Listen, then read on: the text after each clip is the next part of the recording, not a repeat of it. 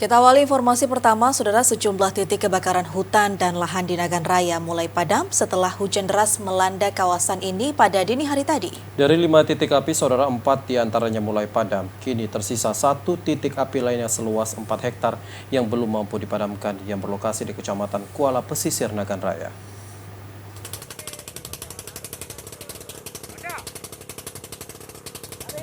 Di hari tadi, sebagian besar karhutla yang terjadi di Nagan Raya mulai padam. Menurut laporan BPBD Nagan Raya, titik yang sudah mulai padam terletak di Kecamatan Darul Makmur dan Kecamatan Tripa Makmur yang terdapat 2 titik.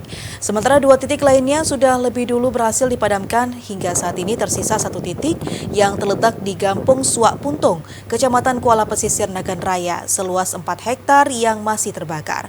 Menurut BPBD Nagan Raya, meskipun hujan deras dan sejumlah titik karhutla mulai padam, namun masih terdapat asap di lokasi karhutla, sehingga berpotensi api kembali muncul jika cuaca panas kembali melanda kawasan ini.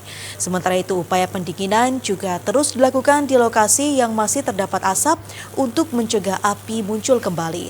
Sementara saat ini, petugas pemadam kebakaran fokus ke lokasi yang masih terbakar di Kecamatan Kuala Pesisir.